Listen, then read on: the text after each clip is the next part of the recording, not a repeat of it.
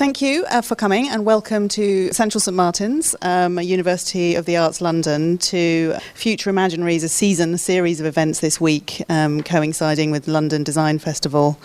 Or apparently competing with London Design Festival unsuccessfully. My name is Lucy Kimbell, and I'm the Director of the Innovation Insights Hub, which is a cross-university resource, and Professor of Contemporary Design Practices, which we are going to be talking about tonight. And the aim of the Future Imaginaries series is to try and bring cross-disciplinary perspectives, and possibly even better critical perspectives, to thinking about design and innovation and some of the important sites where futures are being contested and realised. So we are audio recording this. We may also take a few photos, which may end up on a UAL blog or somewhere similar. If you're not happy with a photo that includes you in it, please let me know, and we will make sure that that photo is not used. Tonight's topic is broadly about design thinking, the design expertise in relation to futures, and the constructing of social imaginaries and organisational imaginaries. I'm not going to go and talk about that a lot, because I'm much more interested in hearing what Marc and Glenn have to say. But we could look at some lineages, for example, the early work in design studies and design research, dating back to around the 60s, in particular associated with the Royal College of Art and Ulm, and then more recent versions of that by Nigel Cross and Cees Dorst. So these are studies of designers, how designers practice, especially expert designers. So that's one sort of lineage of design thinking. The second lineage, which is much more recent really, is tied to design consultancies. So design consultancies, in particular IDEO High, and particularly tied to Tim Brown, the CEO of IDEO, who in 2008 published a Harvard Business Review paper, and then subsequently a book in 2009, and then was very much tied to the TED Davos circuit of propagating a version of design, designers, practices as being a resource for organisations. And that was then updated in an HBR special issue last year in 2015, which, as far in my reading, kind of says the same thing with slightly different stories. But alongside that, really, Roger Martin, the former dean of the Rotman School of Business, along with his many other books, managed to pop out one on design thinking, where he does a slightly different take, which is not really the material practices of designers and design culture that Guy Julia writes about, but actually is much more tied to a sort of a creative rather than analytic mode of managerial practice.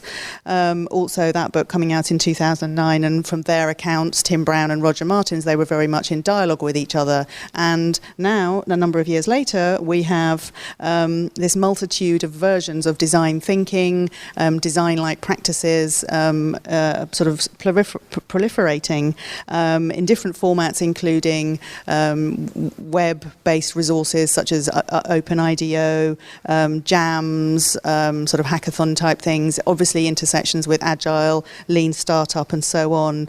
And then, much more recently, the spectre of very large firms, tech firms and consultancy firms in particular, recognising or deciding that they need to have this kind of expertise. So Accenture and Ernst & Young, for example, acquiring small specialist design consultancies, and IBM training possibly thousands of people in design thinking. So this is the kind of landscape in which this expertise is now there. There's still very few business schools teaching design thinking or a version of it. I still teach my class at Oxford, although this year only 12 students took it. And this is an emerging site of expertise. Some of you may know that UAL has already one MBA, the London College of Fashion, and an executive MBA in fashion, and Central St Martin's has recently appointed its course leader for a joint MBA, very much centred on design-like practices and pedagogy as a way of doing managerial action, and that's a joint project, a joint course with Birkbeck that may be launching in 2018. Anyway, so this is this sort of landscape that I wanted to invite these scholars to join us to reflect on in the particular versions of it.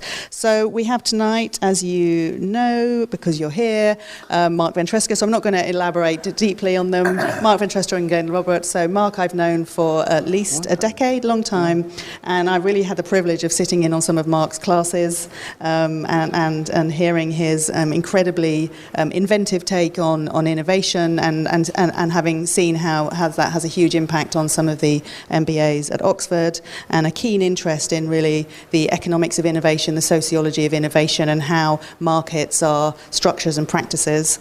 So Marc's going to talk first, and then we're going to turn to Glenn Robert, who's Professor of Health Improvement.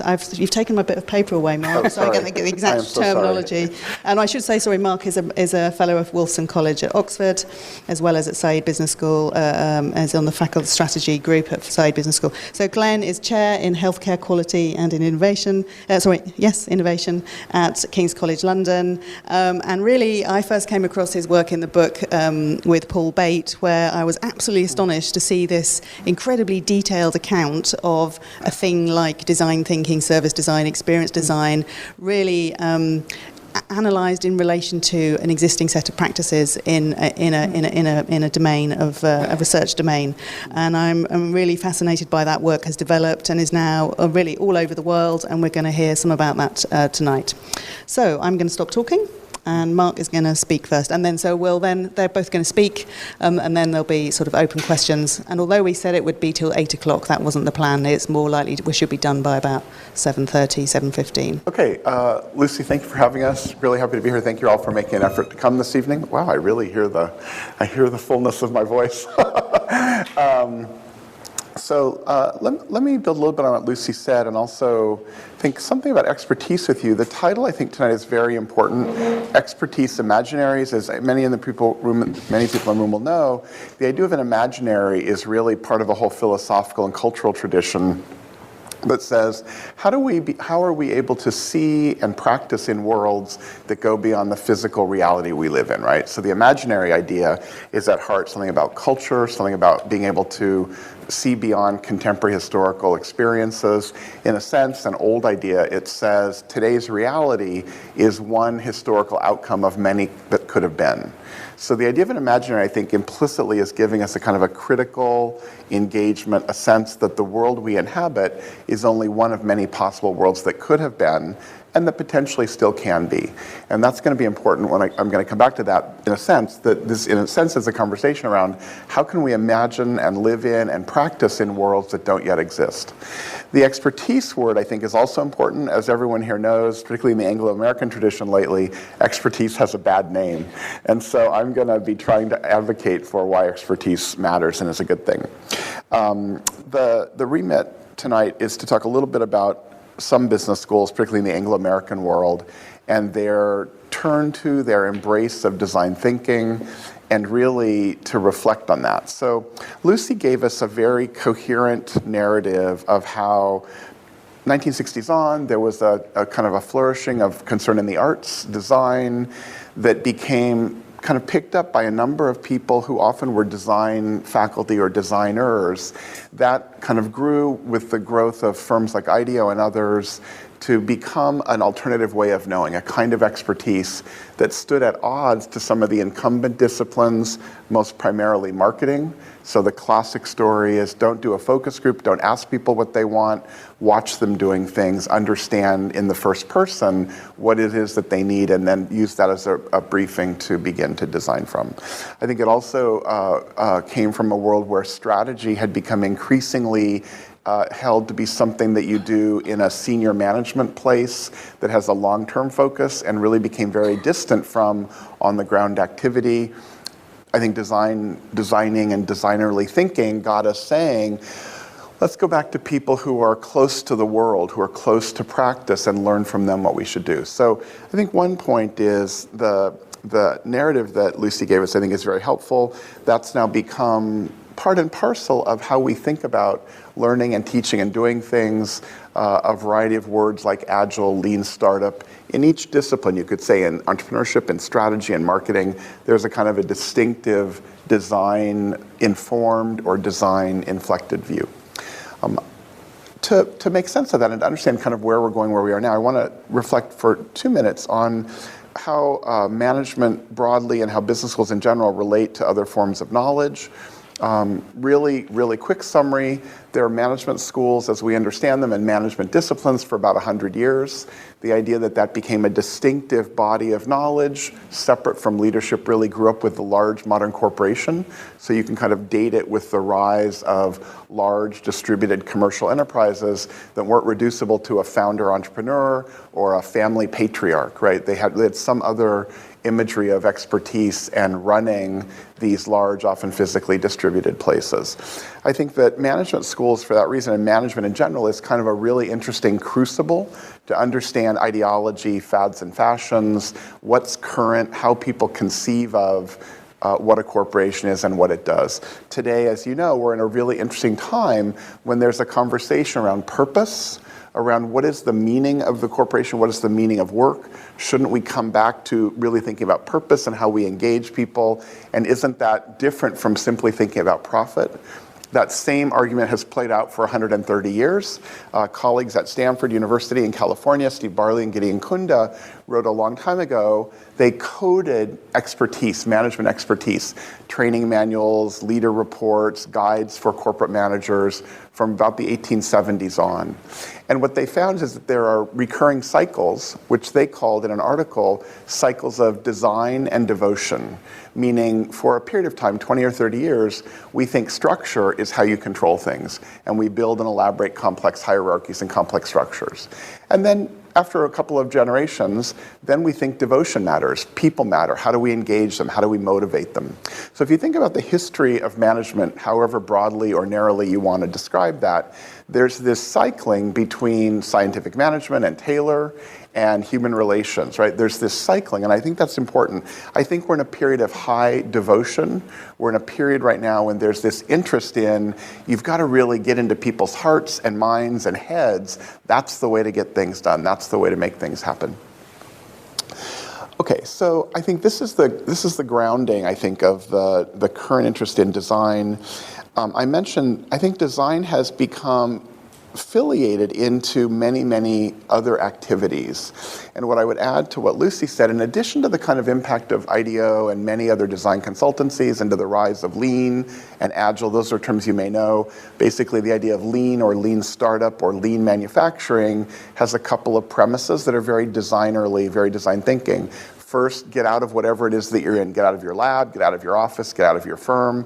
Go look at something in the world. That's the first injunction of the lean tradition. And then secondly, if it's lean entrepreneurship, who's your first customer? If it's lean operations, what are the kind of issues you're trying to solve on the shop floor? So that lean idea is get out of the space you're in, that is open up your perspectives, and then figure out who's gonna care, who's gonna matter, who's gonna want to be involved. Okay, so I think that's the lean story, the agile story, they're all very similar.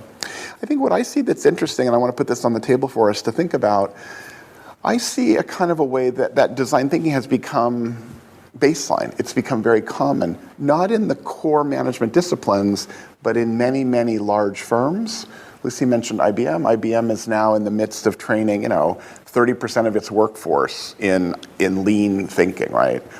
Or design thinking. EY, 140,000 people globally, has huge programs that are bringing design and designerly thinking into that. So I think that there's been this affiliation where these ideas broadly don't look inward, look outward, don't ask, notice, observe, don't come up with the right answer, but iterate, experiment, let a lot of people have a voice in what's happening, use that to come to a better solution. I think these ideas are really very pervasive right now. What I think is interesting is how they've hooked up with another tradition. I'm going to call it epistemic communities. It's an old tradition in political science, political theory, philosophy, which basically says, I'll give you a concrete example. The original work here on this was a guy named Peter Haas, who tried to understand in the 1970s the Mediterranean Sea was polluted, it was burning, it was rotting, fish were dying. The Mediterranean touches on 30 countries. It's an incredibly important waterway. It was basically dying. And there was inertia. No one knew how to approach that to solve it. And Peter Haas wrote a book called Saving the Mediterranean that said, people recognized this for a long time, but what they ended up doing was they convened a group of people who were researchers and academics, policymakers, bureaucrats, scientists. They brought together a heterogeneous group which met over a couple of years. The outcome of that meeting was an agreement about what the problem was. This sounds really basic, but it was an agreement among this distributed community of people that here's the problem in the Mediterranean, here's what's happening. That then let all of those individuals mobilize their different resources and mobilize their different expertise and mobilize what could happen because they now shared a common frame, what he and what other people have called epistemic communities. Michel Foucault talks a lot about the episteme. This is an important idea that says action doesn't happen typically until there's some kind of shared understanding of what the situation is. Again, it's a very old idea in philosophy, but I think it's come to have very meaningful, timely, kind of practical relevance. I think where that has gone is in ideas like social labs, if you know the idea of a social lab, food security, finance innovation, systems change. These are, in many settings I've been in the last couple of months, I hear people describing this idea. Convene a group of heterogeneous people, let them confront each other, let them hate each other for a while, and argue and disagree and say we have nothing to say to each other, but convene them again and again over a period of time, and what happens is they begin to forge common epistemic commitments. That then lets lots of initiatives start to happen. That lets not solutions happen, but it moves us from an inertia-filled, obstacle-based activity to seeing there's potential here to reimagine, rethink, repurpose, and act. I hear that from people in the World Economic Forum world who say, we of course bring together people from DFID, the World Bank, IFC, the Gates Foundation. That's a routine thing to convene people. I see it from people working in Tessie Britton's group, Participatory City, an effort to revitalize UK cities. In other words, I see that happening in many settings. For me, that's a really direct next space where design thinking has moved from project level to grappling with these big, complicated societal issues. And there's a lot of translation going on there. There's a lot of slippage from the original intent of design thinking, and there's a lot of innovation in the way that these groups are using and developing these ideas. So let me stop there as kind of a little bit of a provocation. Lucy knows this. My favorite quote in the world is a quote from a science fiction writer, William Gibson, who said famously, as you may know, a long time ago, the future's already here, it's just very unevenly distributed. I think our work is to assemble those futures and to see them, not to make them up out of nothing, but, to assemble them. They're currently very distributed by space or geography or social identity. How do we begin to see the futures that are there and assemble them? I think that's the work for design thinking and these other large-scale policy-focused problem-solving initiatives. Thanks. Thank you. When Lucy asked me to come along, I said I wasn't sure I had much to contribute. I'm not a designer. I'm a sociologist. I've spent the last 20 years studying change, particularly quality improvement in the healthcare sector.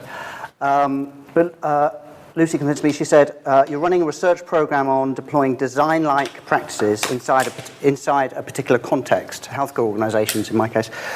You've been doing that for a decade. So what I came to realize is that I'm here with something of a case study. So I'm going to be probed and prodded, I suspect. That's fine. So about 10 years ago, I was involved with Paul Bate, who's now Emeritus Professor at University College London. We had some time and some space to think about quality improvement work in healthcare that was going on there. So I've got some slides because I wasn't sure how much you know about the context of quality improvement work, so I thought this might be a helpful entree. So most quality improvement work, 2003, 2004, in the healthcare sector, in healthcare organizations, very much left brain around the science and technology of improvement, evidence-based medicine, guidelines, metrics, new public management targets, etc. So Paul and I, very much more interested in the sociology of organizations and improvement, issues of culture, identity, cognition, citizenship, things like that. It seemed to us that the quality improvement industry in healthcare, and it is a large industry, is very driven by that sort of positivist epistemology around scientific knowledge, evaluation, randomized controlled trials, hierarchy of evidence, etc. So to cut a very long story short, we thought there'd be some value in integrating the human-centered tools and values of co-design into quality improvement approaches in healthcare. And so we spent 18 months or so working with a head and neck cancer clinic in a hospital in the south of England, and we developed this co-design approach that we called experience-based co-design, very much framed around quality improvement work in healthcare services. So informed by design-only thinking, but very much a quality improvement approach framed in that sense for people doing quality improvement work. And it looks a bit like this. It's very deliberately framed as a sort of participatory action research cycle, but it's very much experience-based and around co-design. We use film narratives of patients and staff talking about their experiences in the service. We use those as the trigger for the co-design work. And then in that co-design phase, we draw on the kind of design tools and techniques that you'll all be much more familiar with than I am. So that was 2003, 2004. We did that pilot work. We worked with a service design startup company at the time. Leaping forward, sort of 10 years, as Lucy was saying, experience-based co-design sort of sits within a quality improvement. It's in that quality improvement toolkit that people in healthcare organizations use. So 2016, Virginia Mason, leading healthcare system in the States, using experience-based co-design. Project I've been involved with in South Africa in a township, working with mothers, caregivers of malnourished HIV-positive children, work in New Zealand. So experience-based co-design sits there within this quality improvement toolkit. People go to it, some of them use it really well, some of them don't. This is a slight tangent, but I think it's important to understand where I'm sort of coming from, the context of what I'm talking about. So I'm interested in change, improvement work in public sector organizations. And in that sense, we have to talk about co-creation, co-production, co-design, because that is just, we were talking about fads and fashions and management. This prefix co sits before everything that goes on now in change work in public sector organizations. Stephen Osborne recently published this quite helpful framework for me anyway, about how all this fits together. He talks about it as being a very sort of fluffy, fuzzy management word, and but for me, experience-based co-design sits there in his framework around this is the voluntary nature of co-production at the individual service level. So I'm talking about at the microsystem level, clinical services, head and neck cancer clinics, whatever it might be. The danger is, and this goes to your point around fads and fashions, I think, Marc. So there's a mother with a glass of red wine in one hand and a daughter in the other hand. It's a magic potion that makes everything you say interesting. That speaks very much to the use of the prefix co, I think, in lots, particularly in the healthcare sector. Everything that comes out of NHS England, everything that's published by any kind of official way, it's always co-produced or co-created or co-designed. So there is a real word of warning around the use of this prefix co. Anyway, how does this sit with design theory, quality improvement? So you'll recognise this sort of map is taken from Sanders and Stapper's work around design approaches. This is some work I've been doing with Alison MacDonald at the Glasgow School of Art, thinking about the relationship between quality improvement approaches in healthcare and design theory. And many of those quality improvement approaches, Marc was mentioning Lean, Six Sigma, Plan, Do, Study, Act, business process engineering, they fit very much in the sort of top left quadrant. Expert mindset, very practitioner-led. That's the way quality improvement work gets done in healthcare. The thing that really interested us back in 2003, 2004, and still now, is how do we shift along this continuum of involving staff, patients, service users, families in quality improvement work? Because most of what gets done is around coercion, educating, maybe some informing. How do we switch towards co-design, co-production? And that's the attraction to us of some of the design approaches, participatory design, etc.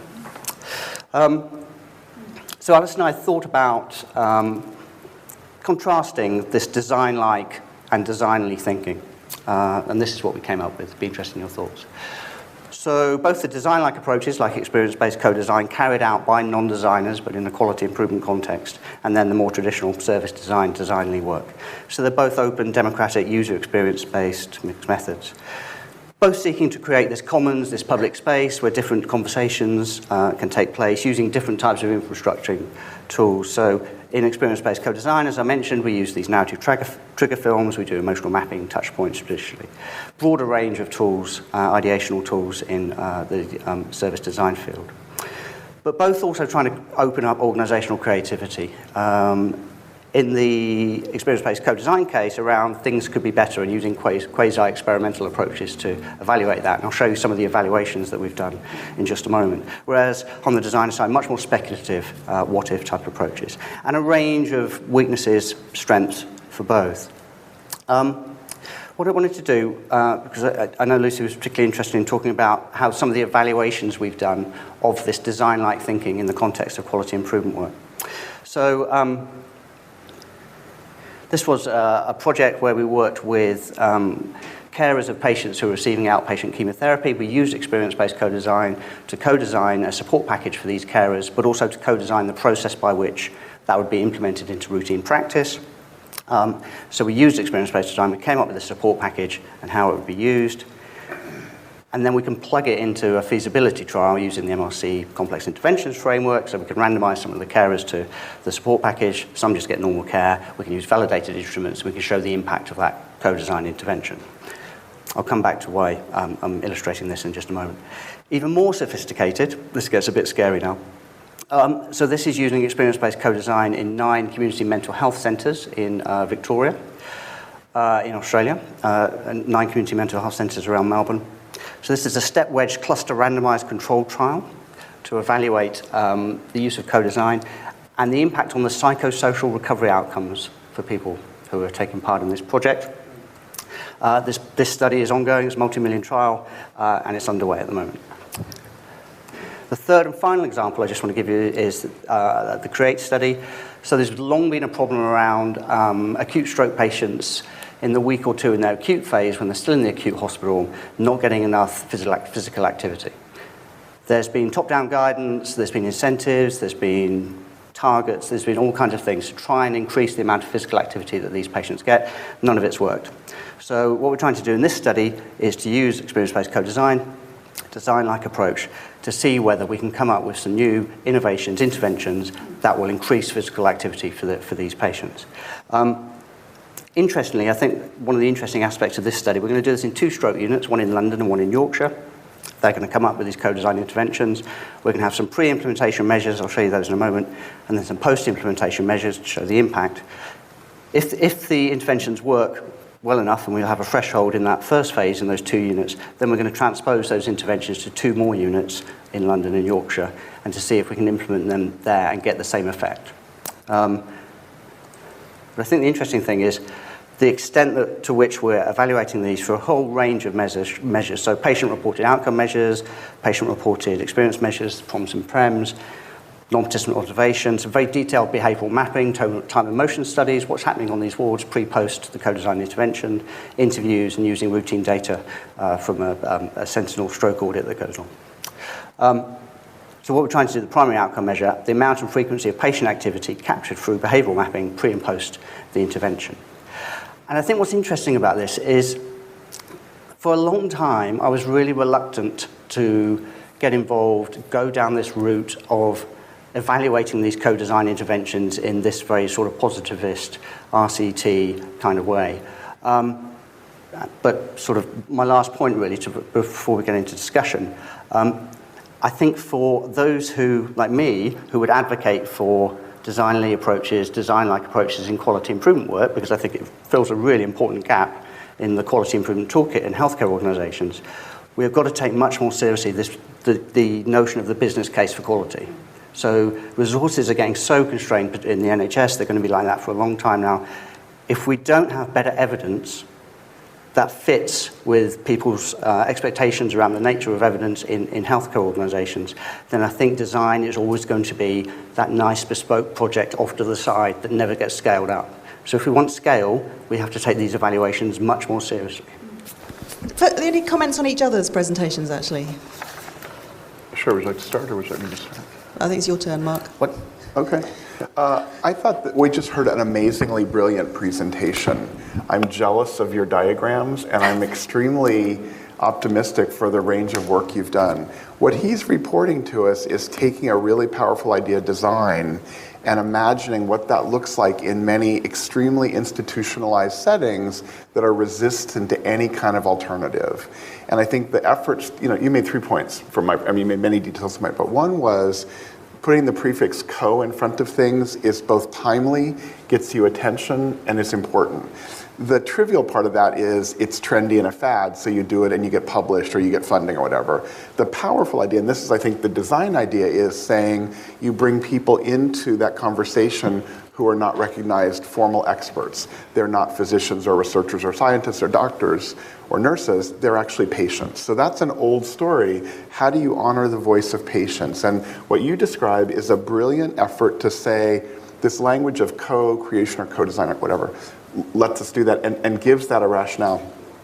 I think Glenn said something else very important at the end, which is, oh, and by the way, if we don't start doing randomized controlled trials and use all the kind of apparatus of positivism, these ideas will always remain really fragile and will never become inserted into the core practices, right? So I thought that was brilliant to understand how this idea of design, which is a whole set of alternative methodologies and tools and sensibilities, in a sense, and I don't mean to, this is a positive thing for me, Glenn is being a translator. He's actually translating between two worlds that are really different, and he's letting one world begin to imagine and appreciate how to bring those ideas in. So that was, I thought, incredibly important. The other important part was the diagrams, the kind of efforts to help us parse this language of co-delivery, co-design, co-creation.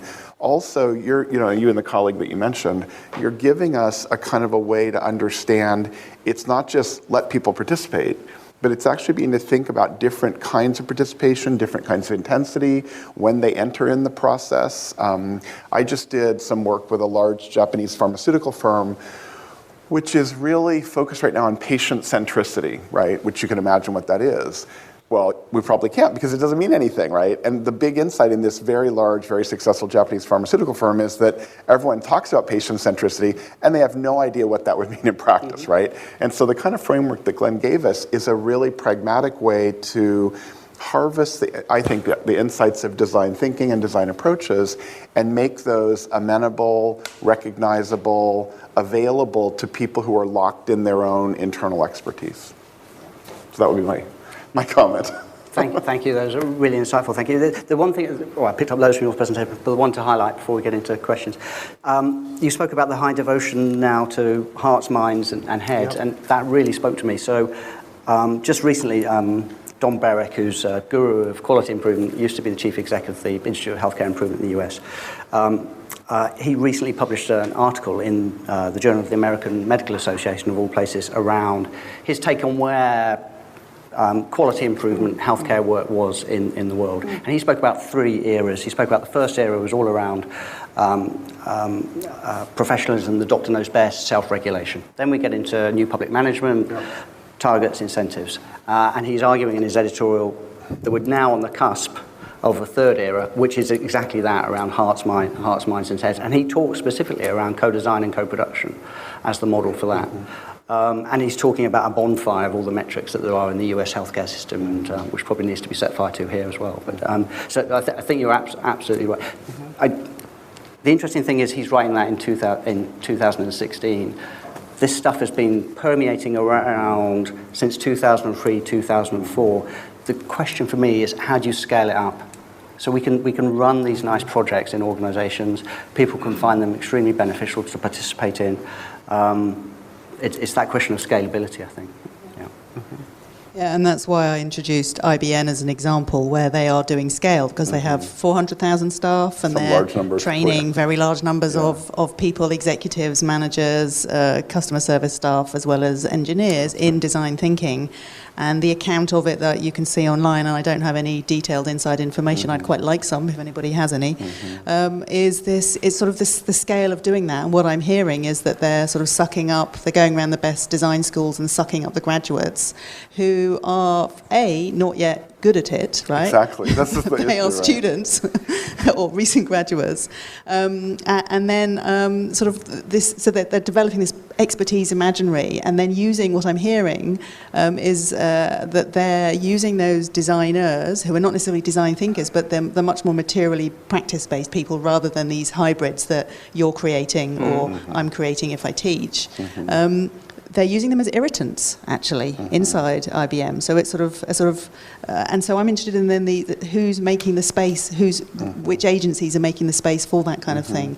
And Google, with its recent book on the Google Sprint, the design sprint, coming out of Google Ventures, which is the same kind of thing, a 5-day project where you design, explore the business model, et cetera, et cetera. So it's really fascinating that these tech firms, without the metrics, without the randomized control trials that it works, they are investing and building some kind of capability, which of course is a differently situated kind of capability. Anyway, question. It's about is it on? Yeah. It's the hybrids, as you're mentioning, and the scale up and the frameworks to scale up. So you're talking a lot about co-creation and building a team and working with the users, etc. But I don't I'm actually I'm looking for a job, and I'm a hybrid. I come from strategy, and I don't have any design kind of practice, true design practice, even though I consider myself a designer. So it's been a little bit hard to find kind of the ground for being a service designer. So talking about the hybrid, where there's no opportunities, the scale up, it's the framework for a design team, as opposed a management team. So how do you create a framework for having a design team where you have the hybrids, you might have designers, you might have sociologists, and you might have some other type of people who are trained in design thinking but can really create something that entails everything? I think it's a really important question. I think let me again translate your question a little bit. What I hear you asking is, design is a great idea. What does it look like in practice? It's not one person being smart. It's a team. It's a community of people. How do you get experience doing that? How do you assemble those people? That's what I heard in your question. Is that right? How do you assemble, the team. Really design thinking team. Yep. And so that's, I think, a little bit, well, at least it's important. I think design has gone, if you believe what's happening at IBM, if you believe that IBM is training 30% of its people as design thinkers, design has gone from an exotic flower in an overgrown garden, right, to becoming a genus that people are starting to talk about as if it were a single thing, right? And so that's partly the threat of success in any kind of scale up. The nuance, the specialness, the distinctiveness gets lost. And so, as Lucy said, we're hiring a bunch of young people who are literally just finishing design school who aren't really designerly. They're smart and they know something, but they don't, and they're now going to be basically training thousands of IBM cohorts, if that's the case, right, which I think it probably is. That's a real question, because you've gone from saying design is this really special thing, we need to have one of those, to saying now we're mass producing design thinking. And there's a lot of interesting loss and benefits probably in doing that. But what IBM is going to experience is probably going to be relatively distant from what we in this room might think of as design thinking. I think the challenge there is a challenge whenever you innovate. How do you have fidelity to whatever it is you think you're innovating about and roll that out in a complex, big organization? And we could talk about that for a long time. But I think your question reminds us, design isn't one person being smart. It's a lot of different skills, it's different sets of sensibilities. How are you going to compose that team or that community of people? And I think that's a question firms have, they have a designer in residence, right? That's not the same thing as having design thinking per meeting. Yeah, I see that. I see the main problem is that sometimes they preach design thinking and service design, but what we're truly looking is just technicians who are probably have some sort of consumer journey experience, but at the end of the day, it's a little bit tough when you are a hybrid. That's right. I think that's right. Glenn, you want to say? Yeah, I just wanted to mention, you're probably aware of these, but despite having been 10 years ago, decade on, this is still very early days for design thinking getting into healthcare organizations. Very, very early days. But there's a couple of interesting models. There's the Helix Center at Imperial that some of you may know about, where, although I think they're largely product designers, aren't they? But if you walk into Imperial, one of the biggest acute trusts in London, there's a pop-up design studio outside the entrance now. And they're working with senior clinicians across that very acute trust as an embedded design team within a healthcare organization. There's another one in Auckland, in one of the district health boards there, where they're using a similar kind of model. But there are very few. So I still think, I think it's still very early days. But just to reiterate Marc's point around the distance from the source of the light, I think. So when Paul and I were originally doing the work and we were embedded in all the design literature and wrote the book and did the pilot work, 10 years later on, people come up to me and they've used the online toolkit that practitioners have developed around experience-based co-design, and they say, we've been doing EBCD, we've done an EBCD project. And they'll hold up the DVD of the films and they'll say, look, we've done EBCD, we've got the trigger film. And just my fear, well, I think it's been realized, is that we've really lost the radical roots, which is where Paul and I were starting when we were thinking about what would bringing design thinking into quality improvement really look like, and we've lost some of the radical roots of design thinking. I don't know how you get around that when you try to bridge these worlds. My name's Kieran. I run a charitable foundation in South London that deals with health. So loads of questions. But in fact, Marc, I'm going to talk about a previous life of mine. So previously, before doing this, I worked in central government, and I worked around policy making, particularly around social innovation.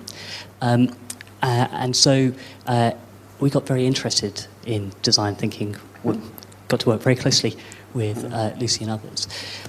There was a real challenge that we had as we started to think about the use of design thinking in policy making, specifically when we started to try and think about policy in the round. We would find opportunities to explore design thinking around particular innovation within systems, services, redesigning services. But when we started to go back to bigger questions, a question of we're trying to grow a field or we're trying to look at farming policy in around, we all of a sudden found it very difficult to find guides to how do we deploy design thinking at that broader systemic level. And we'd often, as personal experience, would revert back to non-design thinking, very top-down, very structured, very much assuming how the world is, and then setting policy accordingly. So I'm just interested in your perspectives on what you've seen out there that could guide, I guess, kind of the previous me. Yeah, thank you. It's a really important question. I mentioned this idea of social labs, which I think is one version of saying, so I have a student who's just finished a really smart DPhil in geography looking at climate change adaptation in agriculture in Ghana, Nepal, and Pakistan. So the issue is these governments are realizing, wow, climate change is starting to have all kinds of impacts. In agriculture, it has many impacts. And he looked at these three countries, the early efforts there. And what he found is most of them are talking about, kind of new public management. They're talking about incentives and rules.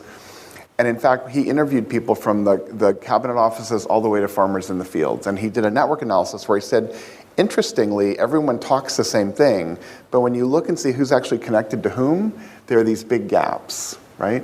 And those are probably, this is interesting, that's probably going to become where this well-intentioned climate adaptation policy from the central state is going to run into difficulties, not because of nefarious, not because of corruption, because they're just not connected to the people that are actually doing stuff in the countryside and the farming communities, right? So his analysis is not good or bad. It says, this is interesting. This assumes a world where information flows fully, where connections span levels of the government, where the communication and initiatives reach from the policymakers to the policy experiencers.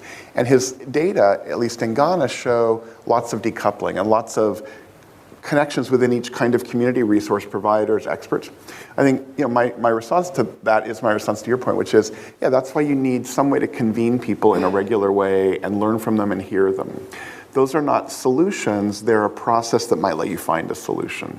And I think this is how I would respond to the kinds of, the ambitious point you're making, like, how do we use design thinking to imagine a solution to the Syrian situation? How do we use design thinking to remake Iraq?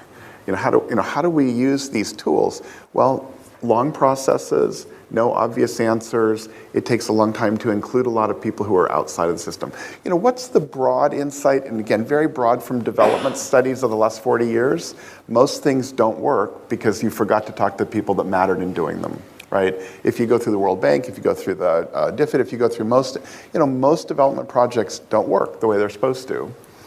And the typical insight is we forgot to include this set of stakeholders, right? So I know this is not a satisfying answer, but I think design thinking reminds us you've got to talk to people that are going to experience this and use it and be the people on the ground.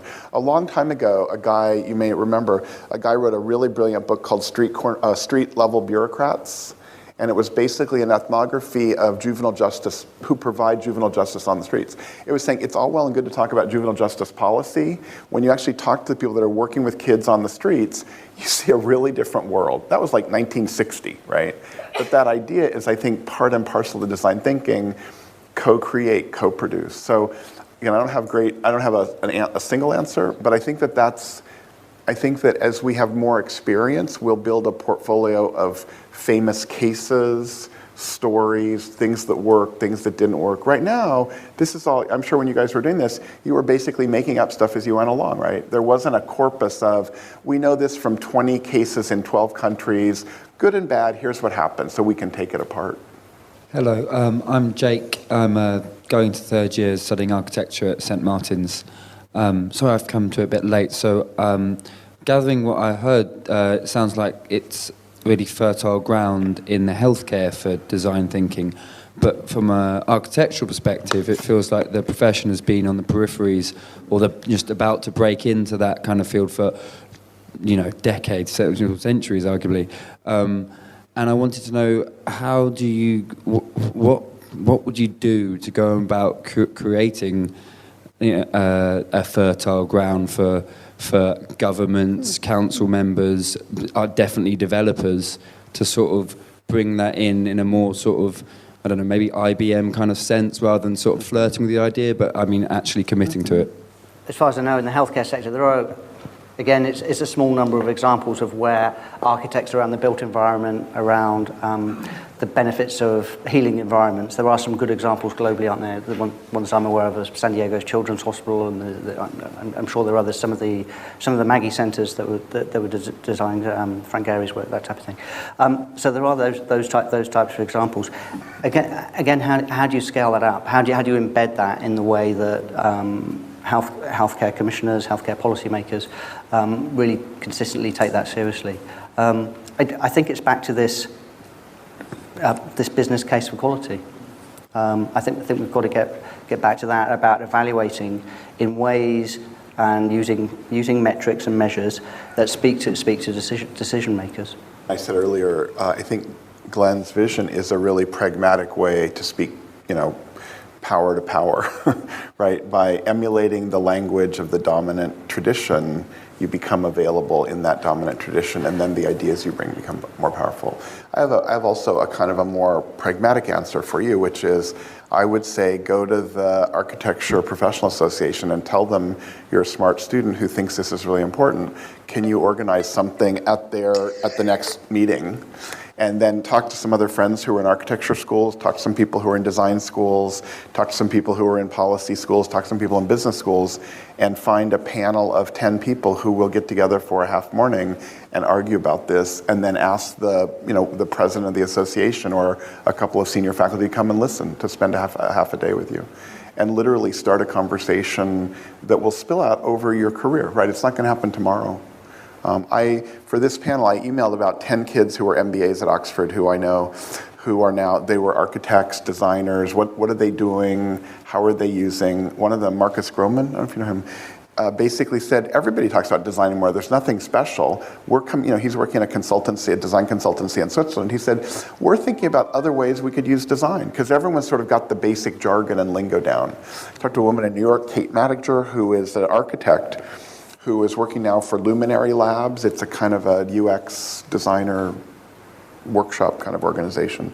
But they also the same thing. They said, these ideas are not new. They've been around in architecture or whatever for a long time. We just have to get them vivid and get them moving and get talking about them. So I'd say, really basic network strategy. Put together 10 friends from different places that you know. Ask some of the senior people in the field to come and sit for a half day and listen. It's a very kind of action-oriented. Just quick, what would you title it? Challenges to the incumbent architectural ideology. You can be provocative, or you could say, invitation to a conversation on the next date, the fate of architecture or something, right? I don't care what you call it. You can call it whatever. Hi, I'm Guy Julia from the V&A and University of Brighton. I was really interested in I'd be interested to hear both of your sort of take on all of this within historical processes. Because as you say, Marc, I mean, lots of this stuff has been around for a hell of a long time. You know, we're talking about stuff which was emerging in the 60s, the Scandinavian participatory design movement, the Victor Papanek workshops in Helsinki, you know, Jane Jacobs' work at the time as well. So thinking about and talking about and writing about, let's look at the end users, let's look at everyday life and social practices and so on. So, and I was also interested, Glenn, in saying there's a possible, I think you're kind of inferring there's a possible problem with using this prefix of co all the time as well. So in historical terms, how do we make sure that this doesn't sort of, how do we learn from the kind of historical lessons of history of how that kind of participatory design and all that sort of stuff which happened in the 60s and 70s and then kind of disappeared into the 80s and 90s, you know, and has re-emerged, and how do we stop that kind of, 30-year cycle, and perhaps turn it into some other kind of cycle? Well, I think we need to do it really well, and we need to remember the radical roots where it came from. But already, I'm really nervous when that prefix "co." That there is lots of cynicism around that already in the healthcare sector, maybe in other sectors that you're familiar with. So patient advocates, patient movements, the more social movements in health are already very cynical around that co word. And yet there are some fantastic examples of co-production. But I'm actually less familiar with the work in England, but in Scotland there's some fantastic work going on around co-production in health. And I think it's about it's Marc's earlier point around building up a corpus of case studies and evidence around the real beneficial impacts that this can have. I think one of the hooks in healthcare, maybe different in different sectors, in healthcare one of the hooks is definitely around not just what happens to the service user, but the impact on the service provider. So there is more and more attention being focused now on staff well-being, issues of burnout, emotional exhaustion. I mean, those have always been there as well, but there's much more interest in them now and much more policy attention on them, I think. So one of the things would be to frame it not only around the service user experience, patient experience, but also around staff well-being and the staff side of things. I agree with that. I'd add to it, I think three things. I think every generation fights the same battles, and that's not going to change. And that's probably important that you and your friends start to organize and make claims in the same way that we probably did a long time ago, right? I think that's just the reality. Policy has short memory. Public institutions have short memories. People have short memories. So I think part of it is just every generation fights the same battles. In this space, I think there are two other movements I think are really important. One is the long legacy of the women's movement broadly, whether you think from the 19th century or the mid-20th century or the contemporary, broadly it's the women's movement and probably the lesbian feminist movement that said, and this is old sociology, right? There's lots of invisible work. People get screwed all the time. All the things that go into saying patients have a voice, or we need to pay attention to workers, or we need to think about burnout, or caregivers need, that's all. I experienced a lot of that as the legacy of the women's movement and probably the lesbian feminist movement over time, which has surfaced the broad experience of women both in the home and in the labor force as being invisible and doing all the kind of interstitial work, right? I think the other is again, very broad interest again in pragmatism, American philosophical tradition, but the interest in pragmatism against dualities, against mind-body splits. Pragmatism is this very grounded, how do things work in practice? How do things actually get done? And I think in academic terms, the move across the humanities and the social sciences, in the renewal of pragmatism, which is a Jane Jacobs story, right? There's a whole debate over how come the pragmatists, we always talk about Peirce and Dewey, and these guys, what about Jane Jacobs? She was there early on before them, right? But I think that the feminists, the legacy of women's movements broadly, and the legacy of intellectually the pragmatists have made things like design thinking again salient and again visible. Can I just push the other way? Of course, yeah. Though? I mean, what do you see as are the kind of macro contextual forces which might be working against what you are advocating? Because, going back to the 60s and 70s, we could say, well, particularly in public sector, is the new public management emerging in the 80s. Do you see anything like that on the horizon at the moment, which might be pushing against it? I'm not advocating anything, just to be clear. I'm trying to describe or map a world that's happening, right? And I'm answering you with, I think, some of the intellectual strands of that. So I'm not advocating. But to answer your question after that caveat, I think that all the things that Glenn described and much of design thinking is saying there are lots of things that matter a lot that are not reducible to numbers, right?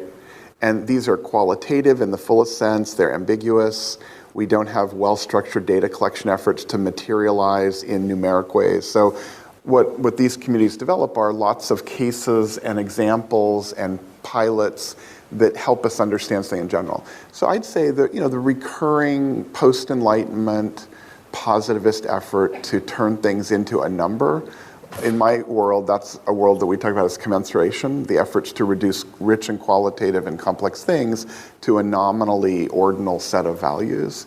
I think that, and that shows up in all the efficiency literature, it shows up in all the efforts that say, if we could just reduce this to a number, then we'd have an answer. I think that's the intellectual energy that shows up in many different places, which said if we just had a number, that would be fine, as opposed to saying, what if it's not a number? What if it's a framework? What if it's a way of approaching things? So I think that's going to be what's going to push back on design. You see this in corporations all the time. We don't have time and money to waste on that kind of conversation. We need to get the job done today. In the management world, people talk a lot about, you may know about exploit and explore. The tension between time-inflected, what do we do today to make money based on what we know with how we do it, right? That's exploit. What's explore? Well, we don't have the same disciplines. We don't have Six Sigma. We don't have all those things you put up in your top category. But we then say, okay, if we just exploit, what do we get? We get Kodak. Big firms become unable to adapt. So we need to explore. The question is, what's the ratio? But that conversation is a timeless conversation, I think. I don't know. Yeah, and it's a real tension. You probably picked it up in my presentation. So we resisted for a long time going down the route of doing these randomized control trials of design thinking. And the reason I mentioned the Australian one as being slightly scary is, they're using these validated instruments to look at psychosocial recovery outcomes in these mental health patients using these community I am very dubious that those instruments are going to come up with anything that captures what really happens in these co-design processes and the outcome of these there's a process evaluation alongside, but there's always that tension between the numbers and the stories, I guess. You had a charming smile on your face when you asked this. What do you think? What's your perspective on this? Thank you for putting me on the spot. Just, off the top of my head, I think, currently, obviously what's really pushing things in this country and in many other countries is austerity, and how that, to some degree, has some positive outcome, as in making a lot of people in public sector organisations and other organisations have to sort of backs against the wall. We can't keep cutting, and we have to rethink and redesign, and so on. But at the same time, I think we're still carrying, a lot of the baggage of new public management, and everything has to be commensurable and measurable and so on. And so that tension is there, and it has to be kind of worked through. I think there's also the tail, in a way. I'm involved in a project which is doing my head in. It's to do with an evidence review of well-being in culture and sport. And so it's a review of evidence, so all the research which has been done, not any new evidence, or new research rather, or creating any new research. So we're dealing with this huge kind of quantitative way of looking at stuff, which leaves out, in a way it's kind of conceptually flawed, because it leaves out all kinds of questions about the materiality and the settings and all these sorts of soft areas which we should be talking about. And, I don't believe that randomized control trials are the best way to evaluate these very complex social interventions. But if we're going to scale up and we're going to speak to people who have influence, then that's where they are. And so you could either reject that and say, look, we're just not going to accept that paradigm, and we're not going to do that. But I think you're just going to end up with these nice bespoke projects off at the side of organisations. Right. Hi, I'm Ranjita Deetal. I'm a researcher at King's College London, and I'm also working with Glenn and on the architecture of community pharmacies, actually. So it's the design of health space, the most access health space we have in this country. So I just wanted to, just from what Glenn was saying, it's there's a real challenge with the way the production of knowledge and those who decide how a research study can be designed, what is fundable and what isn't. And yes, it's great that the design community and what we're talking and what we're saying here, but in reality, when we submit funding applications, which has happened to me recently, it's not seen as being research or it's not answering biomedical, questions or answers to those type of questions. And with sort of the 10 years of experience-based co-design, and then we are still in the same terrain, it hasn't changed. The priorities and what is valued is still there. And I really like the idea of collecting the 10 friends, and this is, Marc, what I've done recently. I've actually collected a range of people, architects and researchers, patients and practitioners and policymakers, and they haven't all met, but I think it's a great idea to get them all to meet and to inform the head of departments in the different areas that I've collected. But it's a real challenge, and it's something that people think, well, they don't do this, and it's kind of hard to explain. It feels natural to do it like this, to get all the different viewpoints.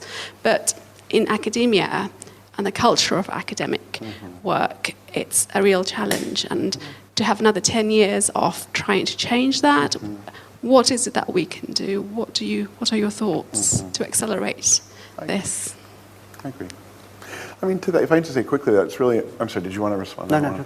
Just really quickly, I mean, I have a friend who's a very senior academic in the US who said, I refuse to join any other committees to look at how do we get more women faculty into senior positions.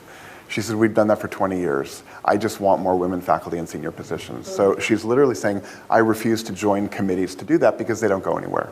I want to see action. I want to see people appointed. And then, so she's taking this very kind of controversial position of saying, I don't want to be on another committee. I've done that. It's gone nowhere. I want to see action, and then I'll join the committee and talk about how do we make this, go on longer or become better or whatever, right? So I think I'm just saying there's a spectrum here of views from we all need to organize locally and do our thing and whatever, and we need some people to say, I won't do that anymore. I've done that for 30 years, enough. It's like, and other people need to be the people doing RCTs, because you're going to get funded so you can have a voice in the conversation. I think it's a distributed, I am a pragmatist in that way. It's a distributed community of activity, and you need people at all the different nodes doing whatever it is that they do there.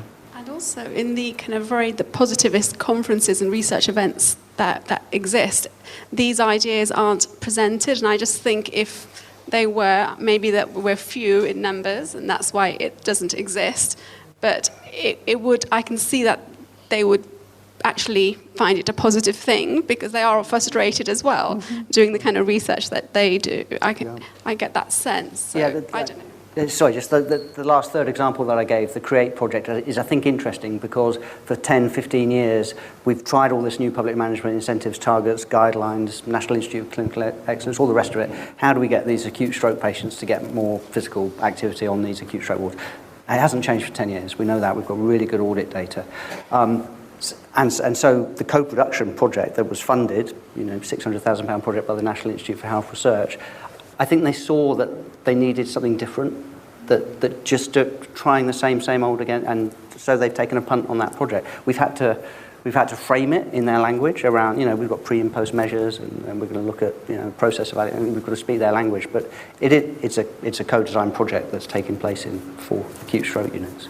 Okay, I'm taking the chair's prerogative of shifting it slightly. You talked earlier, Glenn, about somehow maybe some of the design stuff had got lost in some of the co-design. Yeah. And there's a conversation in design research literature between to what extent do design-like practices, are they implicated and required for innovation, the generation of new forms and structures and processes and new kinds of institutions and so on, versus improvement. And just those of you who weren't here on Tuesday, we had Material Imaginaries, we had Carol Collet, who's Professor of Sustainable Design design here, showing some of her work with organisms. So making forms which are in the textiles tradition, which are with different kinds of living creature, some of which dies along the way. So things that do not yet have a purpose, things that do not fit within material scientists, because material scientists are doing molecular engineering, say, whereas she's imagining future forms and uses, consumption practices, ways of living and being, and so on. And so I'm just struck by, as we sit here in an art and design school with a load of objects outside from London Design Week, so the objectness and the materiality, but also the space of the privileged art studio or design studio, to trying to avoid an individualistic tradition of that, but nonetheless this is a space of imagining future possibilities which do not yet have a business model or a business case.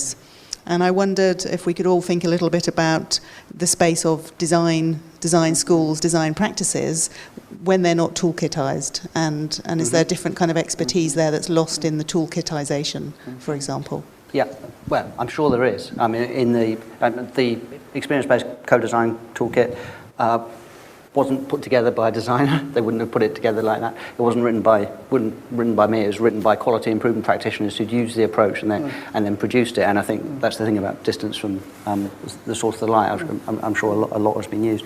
But in my context of working in clinical services and healthcare organisations, and you spoke about design practices in relationship to innovation and improvement. In healthcare quality improvement terms, we have lots of incremental first order change methods. So we can do that. I should put some up there. Design practice for us, when we were first thinking about it, was always around being a second order transformational change. And Paul, my colleague, would always talk about it as a Trojan horse. So we would use it and talk about incremental first order change around quality improvement. But actually, what we were really always interested in was the impact on values and behaviours long term around cultural change. That's not quite answering your question in terms of design schools, but in my context, that's how I think about design practice. So what Lucy just raised is my hesitation of the conventional implementation of design, which is go to the end user, he or she knows all, honor that as the sum total of what you need to know. And so I'm not in this tradition, as you can probably tell. And I know that that's a Philistine-like interpretation of it, but that becomes, the scale up is like, go to the patient, they know, go to the user, they know. I think with that, so I do, as my day job, my gig is to teach about innovation. And I think I would say that sensibility, as it's incredibly important because it changed where we looked for ideas and participants in innovation, right? We started looking at patients and users, which hadn't been concerned. So your point, we got out of kind of someone deciding what was best and actually listened to people in all the rich complexity that involves and all the chaotic, often contradictory things that when you actually talk to people, you hear, right? I think my concern, though, there is that's broadly a recipe for doing next step incremental innovation. It's like the edict, be close to your customers. I always say the MBA is, well, that's great if you want to do more of the same tomorrow. If you want to do something different, being close to your current customers is probably a bad idea, right? And this goes back, everyone knows this, goes back to the old idea, the guy who mass-produced cars in the US, Henry Ford, is famous for saying, if I asked my customers what they wanted, they would have said a faster horse, right?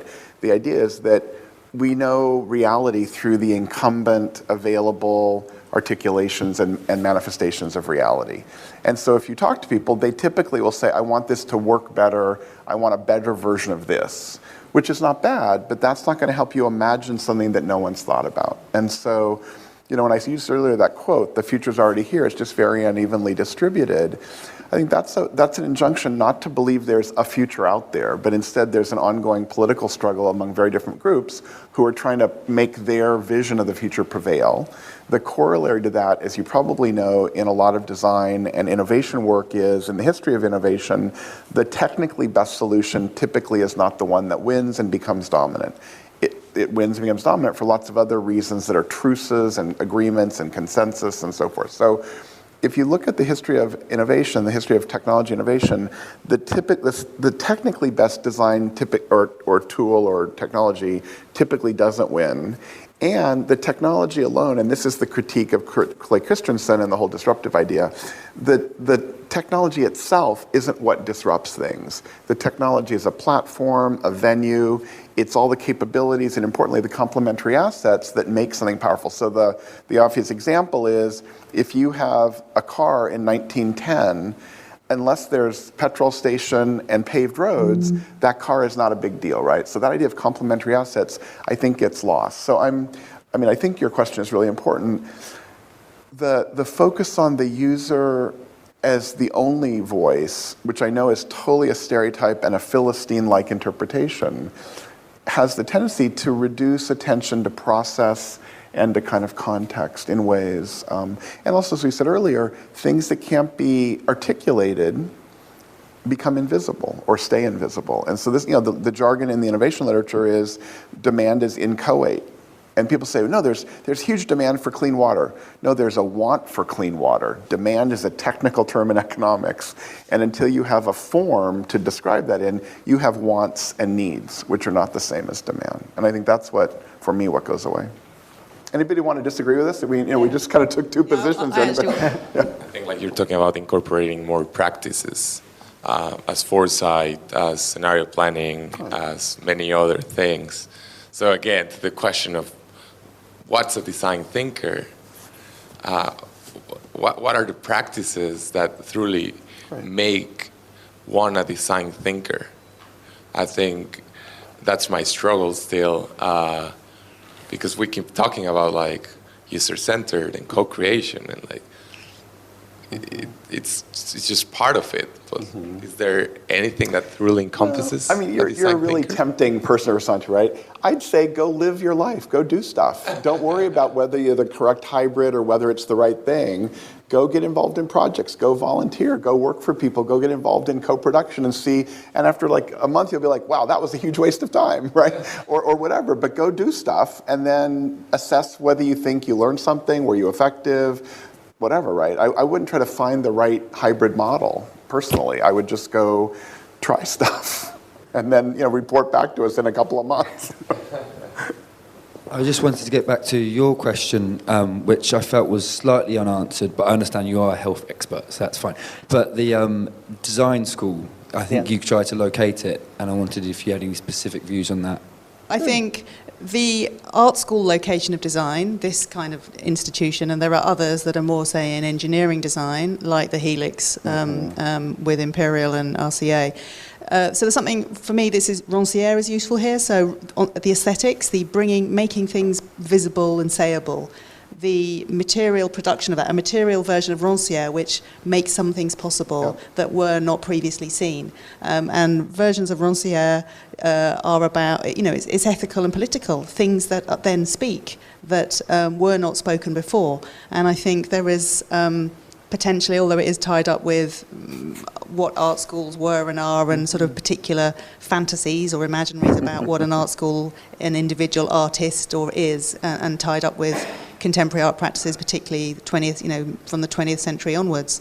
So I think there's something here that there's a tension. Your account of design thinking, which is the simplified user, there's actually a whole load of people in this building who don't think about users, actually, whose lecturers are saying to them, you need to think about the user, go find things out. So there is an ongoing struggle between the site of the imaginary, whose creativity is enabled. And what I find interesting about some versions of design thinking, as I've seen practiced in the Cabinet Office, in Policy Lab, working with government, is that they are enabling a more distributed creativity. So it ties to the slide you had earlier, Glenn, where it's about creativity. It's enabling a group of people who do not think of themselves as designers, who are in the world of number, and yet are fighting that daily with their own lived experiences or various accounts to constitute a new kind of, to constitute new imaginaries. And I have seen some of that emerge, but then they self-select out already. Some of those people have self-selected in, but they edit out some of these imaginaries. Right. So the sites of struggle, I think, are now inside some of these teams that designers may not have access to, and this is where it's really interesting. And your slightly depressing view that it's hardly changed over 10 years and will hardly change, and this point about austerity and the context we're in. But on the other hand, with Brexit and Trump, all of these things, there is a stronger want for participation, the authentic, distributed, shared access to imagining futures, which the political parties are failing to do, public services broadly are failing to do, and so we, not a singular society, but there is a moment where designers, design thinkers, people who are interested in this could take these things forward, and there's some resources, I think, that are situated in the studio culture, which could be, so participatory arts, for me, has as much to say as a user-centered process. Just a quick comment on that. I mean, there's an old debate in the social sciences that says, does material life matter or do ideas matter, right? And it's a 19th century debate that probably goes back to the 17th century. And I think, for example, I actually am an idealist in that way. I think ideas do matter. So the kind of imaginary you just described is something I think we need to cherish and develop and curate, because ideas do matter. Like the austerity example is a great example, right? What happened after, depending on how you think about it, 60 years or 40 years or 20 years of that, people finally said, this is bullshit. This is not appropriate, right? This is not really a feasible solution or a theory of society, right? And I know Margaret Thatcher didn't believe in society, but I think austerity was a failed idea that has now begun to be kind of pulled apart and unthreaded. And I think that what you're describing about the role that design thinkers, design actors, design elites could have in imagining alternatives is really important. And I mean, this is the broadly role of public intellectuals, it's the role of the arts broadly, not only the arts, but I think ideas do matter. And I think I'm very much a materialist in lots of ways intellectually, but I keep running into this idea that the people who kind of put forward a particular concept of what the economy is, that's really powerful. As you may know, the economy as an idea didn't exist before the early 20th century. You may be following right now the way that a very disparate group of actors are saying all these numbers like gross national product, like those kinds of concepts, they were, as you may know, classification systems built by a group of British, French, and American economists in the post-war period. And the problem, as a wonderful political economist, a New Zealander, a woman who was a member of parliament as well as an academic, said in a book called If Women Counted, this idea of GNP says as long as transactions go through the market, then they count in GNP. Her characteristic example was if a woman spends 3 hours carrying 5 gallons of water back and forth from the well to her house, 0 value in GNP. If her husband goes and buys 10 gallons of water, GNP value. And that raised the question then, how many economies are monetized? That assumes all transactions and economic activity happens in a market. How many economies are market-based? How many economies are marketized? And so all of a sudden, the World Economic Forum of all places is saying, the consensus around GNP and these kinds of large-scale numbers is dissolving. And with it goes our idea of the economy, right? And I think these are powerful legacies of how ideas and names and category systems have to be grappled with and struggled with, right? And you have to have the credibility, as you have built up, to be someone in that debate. I mean, I think that idea part of this is incredibly critical. I think you mentioned sort of the opposition or thereabouts, and I wanted to know what opposition you faced in incorporating design thinking into health service, and who to look out for in the ongoing fight. That's great.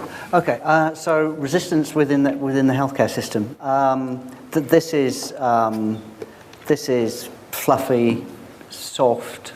We don't have time for this. We're too busy. There's no space. All of those types of things. It's actually, the resistance isn't show me the evidence from the randomized control trials. That's not what you get back. It's that compared to all the other stuff we're doing, this just isn't. This isn't as important. It's about prioritization. So one of the things that I think that's really important in these processes, and I'm working at a very micro level in specific clinical services, and you see it all the time when we run these projects, is it's a lot of effort to get people to step off the pavement. I'm talking here about staff. It's very easy to engage patients in these processes. It's a lot of effort to get some staff to step off the pavement and enter these processes. But once they do, they're kind of entrapped in it. It's a form of entrapment in a way. And they talk about, and you hear this a lot in all the process evaluations, this is the impact it has on them as staff members is around reconnecting with their values, with their why they came. Nurses in particular talk a lot about reconnecting with their professional values, but it's a lot of hard work to get them to step into the process. So the resistance comes around that, I think. I was just going to say one other thing. One of the things that's certainly coming out in the literature, and I guess it manifests itself in the projects as well, is the critique that co-design, co-production actually has the potential to increase inequality because of the people self-select into these co-design, co-production. So we're co-designing, co-producing for particular, social groups. White middle class come into these projects from head and neck cancer services. So that there's a real risk of we're co-designing inequality into our services. Could I ask, a bunch of people have been really great listeners and haven't said anything. Can I ask 3 or 4 of those people just to say in a minute or two, what are you thinking about? What question do you have? What are you listening to? I'm just curious what's happening in the crowd. Several people have been great asking questions, but there's a bunch of people that have been just really listening intently. I'm just curious, what are you thinking? Hi, my name is Rizky. I'm a student here from Innovation Management. I think I have a question that I hold from the beginning. I think you said earlier, I think you also said that design thinking is about to distributing creativity. But then I think Theodore Levitt, I think he have a critic about creativity in organizations. He said that creativity is not enough because to implement change in organization is really hard. He argued that in a big company or in a big organization, what you need is a fixed structure. So from your experience, how you implement, creativity in design thinking to force a change in the organization. And then you also mentioned a little bit about one of the ways to tackle that challenge is that to connecting with their values. So how do you do that? It's a really great question. Some other questions maybe? You've got the mic. You're going next. I'm here for different reasons, but one is I work at Mind, a mental health charity, and what I'm doing there is trying to embed design techniques into our work. I'm a non-designer by background. We've employed 2 designers recently. I think we're trying to think about how we actually move from being multidisciplinary into being cross-disciplinary. So at one point is about thinking about how design actually is going to merge with other social work approaches that we've been probably using, service user engagement stuff that we've been doing for many years, especially in mental health, quite a strong tradition of survivors movement and service users engagement, of course. One thing that I was actually thinking about as well, so lots going on in my mind, but one thing is being something that, as you've been saying, has been probably around for decade, design in the kind of social sector, public sector. I think one thing I'm a little bit upset about is that we still talk about design as what it was a one monodimensional, very clear thing, is design. And actually what I've realized by doing it, that it comes in so many flavors.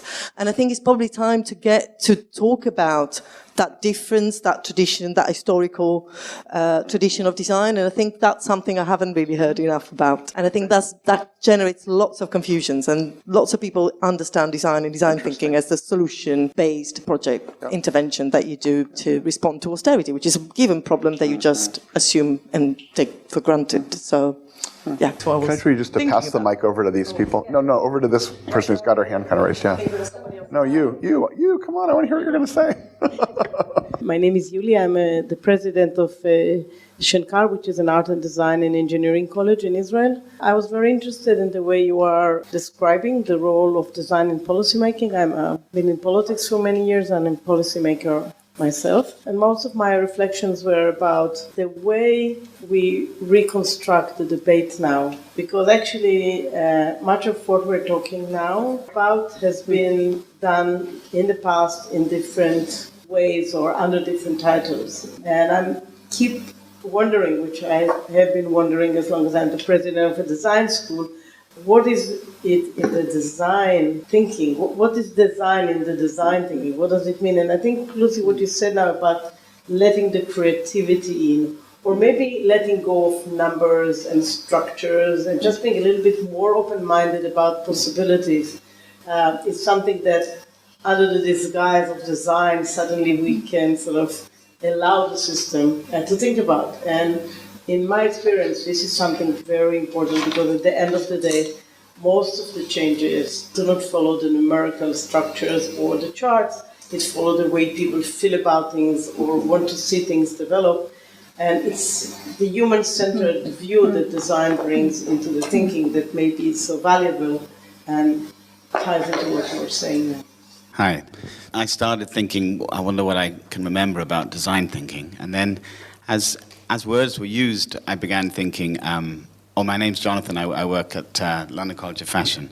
And I'm a management scholar masquerading as a creative in this wonderful university. But I began thinking about actor network theory as you used language from that discipline. And it got louder and louder. So you began to say things like translate.